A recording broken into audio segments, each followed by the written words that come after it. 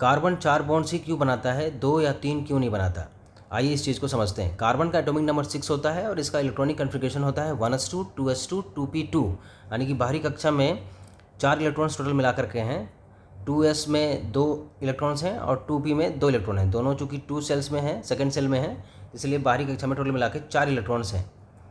यहाँ 2 रास्ते बच जाते हैं कार्बन के पास, या तो कार्बन 4 इलेक्ट्रॉन को गेन करे या तो 4 इलेक्ट्रॉन को लूज करे, ताकि नोबल गैस इलेक्ट्रॉनिक कन्फिग्रेशन को अचीव कर सके।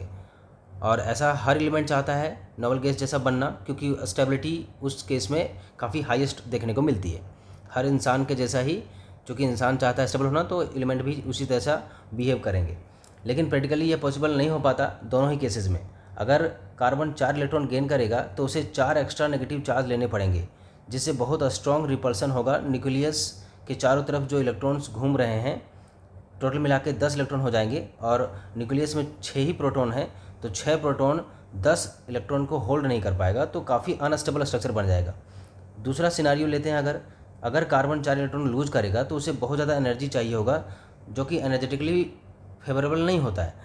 तो इस केस में क्या होगा कि जब चौथा इलेक्ट्रॉन हम निकालने वाले रहेंगे, तो उस केस में न्यूक्लियस के चारों तरफ 2 ही इलेक्ट्रॉन बचेगा, जो कि 6 प्रोटॉन के द्वारा अट्रैक्ट किया जाएगा। तो अट्रैक्शन काफ़ी ज़्यादा हाई होगी, और उस अट्रैक्शन को तोड़ने के लिए हमें ज़्यादा एनर्जी सप्लाई देनी पड़ेगी, तभी जाके इलेक्ट्रॉन, जो 4th इलेक्ट्रॉन है, वो निकल पाएगा।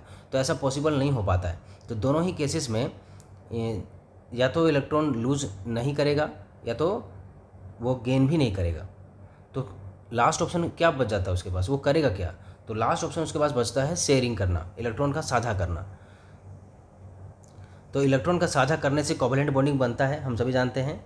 तो इसके पास 4 इलेक्ट्रॉन्स होते हैं, उनको शेयर करके 4 बॉन्ड ये बना सकता है। कार्बन एक्साइटेड स्टेट में जाकर अपना एक इलेक्ट्रॉन 2s ऑर्बिटल से 2p ऑर्बिटल में प्रमोट कर देता है, जिससे उसके पास 4 अनपेयर्ड इलेक्ट्रॉन हो जाते हैं। यही 4 अनपेयर्ड इलेक्ट्रॉन्स 4 अलग अलग कोवैलेंट बॉन्ड्स बना सकते हैं। यही रीज़न है कि कार्बन टेट्रावैलेंट होता है।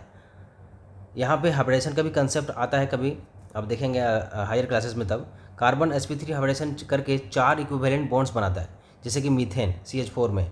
sp2 और sp हाइब्रिडेशन में भी कार्बन कुल 4 बॉन्ड्स ही बनाता है, बस उनका अरेंजमेंट बदल जाता है। अगर कार्बन 4 बॉन्ड्स ना बनाता तो मीथेन जैसा सिंपलेस्ट स्टेबल कंपाउंड भी एग्जिस्ट नहीं करता, ऑर्गेनिक केमिस्ट्री की शुरुआत भी नहीं होती। कार्बन के 4 बॉन्ड बनाने की वजह से ही मिलियंस ऑफ कंपाउंड्स बन सकते हैं। बाकी ज़्यादातर एलिमेंट्स